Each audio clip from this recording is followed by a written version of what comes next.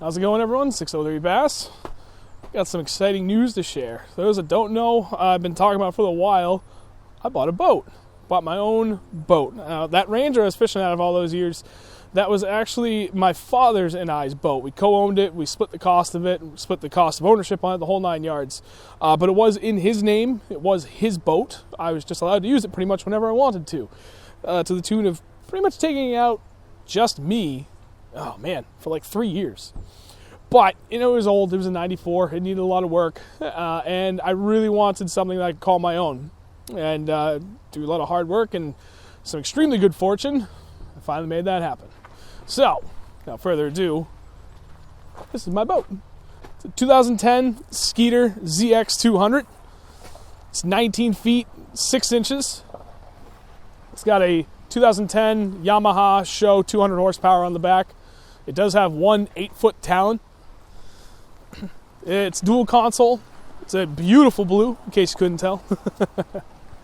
It did come with some electronics. I've got 2 Humminbirds on there. One, I believe, is a 758. I'm drawing a blank.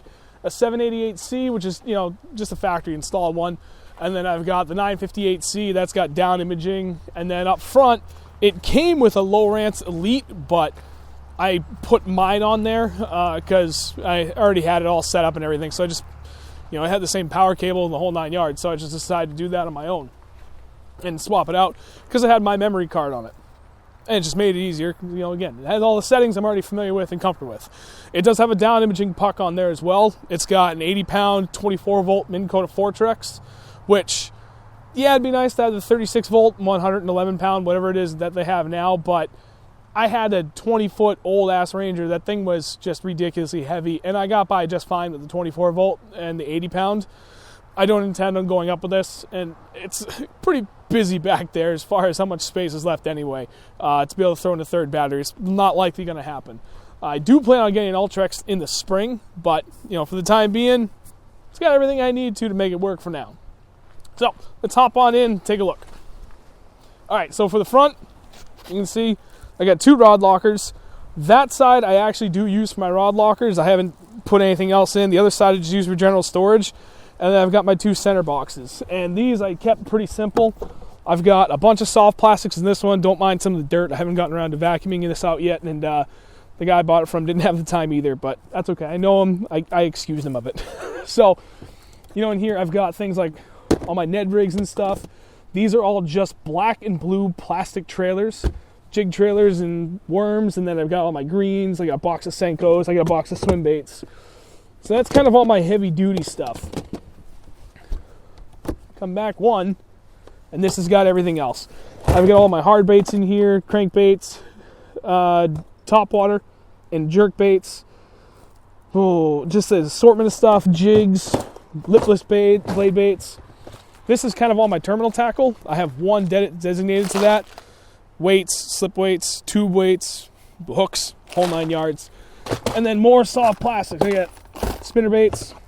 I've got one box just for drop shots, one just for tubes, one for grubs.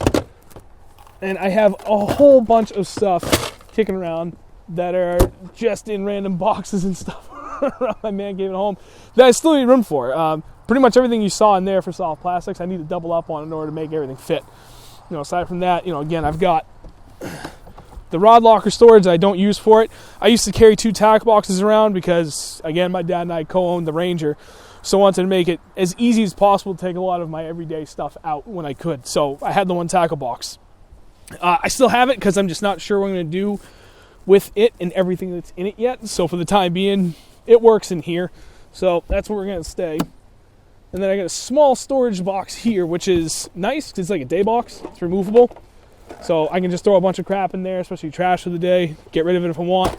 And then that storage bin goes into here, which is filthy still. But, some my drop buoys and things, and just a whole bunch of stuff in here. I've only had this boat for 2 weeks, and I've already made it filthy.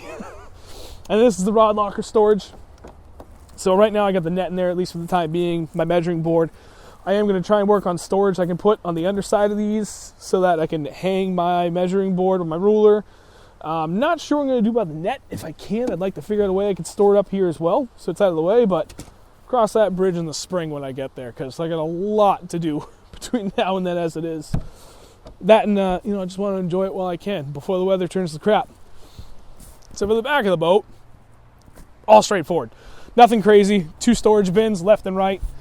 They're going to be the same. This one I've got my life preservers, my throwable, there's a fire extinguisher. The other one currently is empty with the exception of some boat cleaner.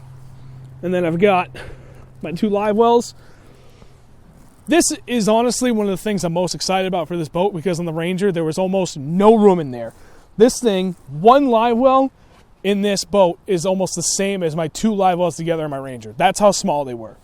This side does have an oxygenator in it. The other one doesn't. To get wiring over there, but the previous owner told me it was going to be a little more difficult. So we just stuck with the one side for now. So one other thing I forgot from the front, for the trolling motor, I do have an upgrade to the TH Marine handle, which is pretty nice. I guess it's stout. It's got that stainless steel cable with a nice plastic sleeve on it. You can get these in either black or red. It actually came with a red one. The first day I took it out, it broke. It snapped right out of my hand when I lifted up on it.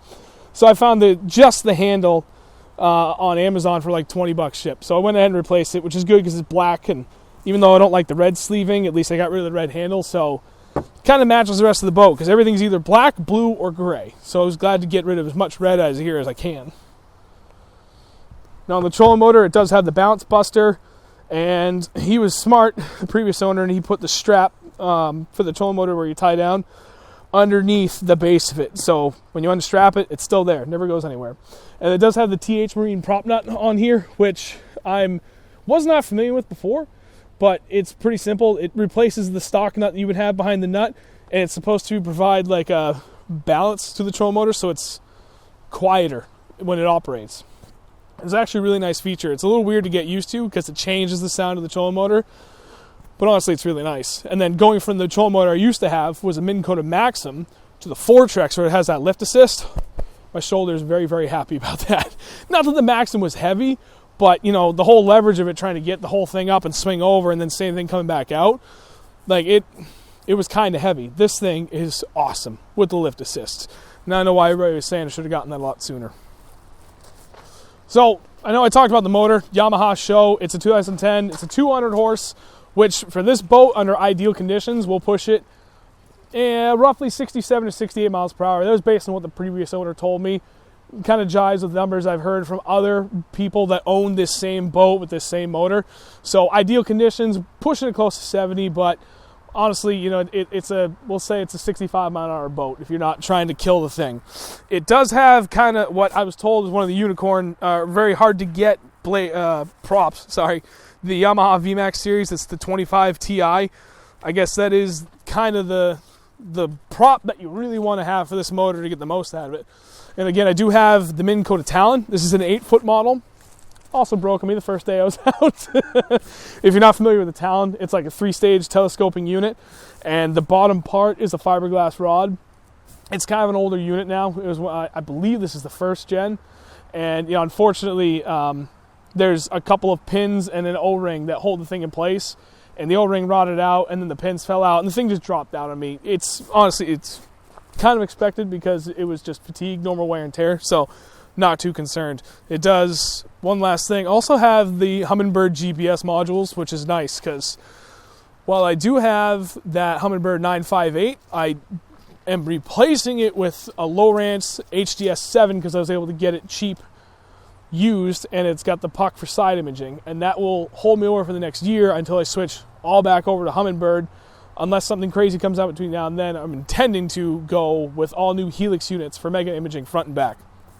But that's the plan. But, in short, that's the Skeeter. A few people have been asking about it. They wanted to see it, and I was glad I could show it. One other thing I guess I forgot to mention, I forget the company. Oh, Cisco Fishing Systems are for the mounts for both of my depth finders. These things are tanks. I test drove this boat in 3-foot waves on Lake Winnipesaukee on a Saturday afternoon with a storm rolling in and people blasting everywhere. Those didn't move, which is awesome. These just completely annihilate any competition that there could have been from the ram mounts that everybody has. I hate the ram mounts compared to these things. They're rock solid. But that's it. That's the last thing. I know I kept coming back and forth with it. I don't know. I did nothing else to say other than I'm incredibly grateful for just the fact that I have my own bass boat now. It is a dream come true. I'm going to baby the crap out of this thing and do the best I can to keep her nice and shiny. But I hope you guys all enjoyed it. So thank you all for watching. I greatly appreciate it. If you don't mind, like, comment, subscribe. I rarely ask for all three. Usually I ask for like a like or a share or something. But you know what? Something special deserves something different for once.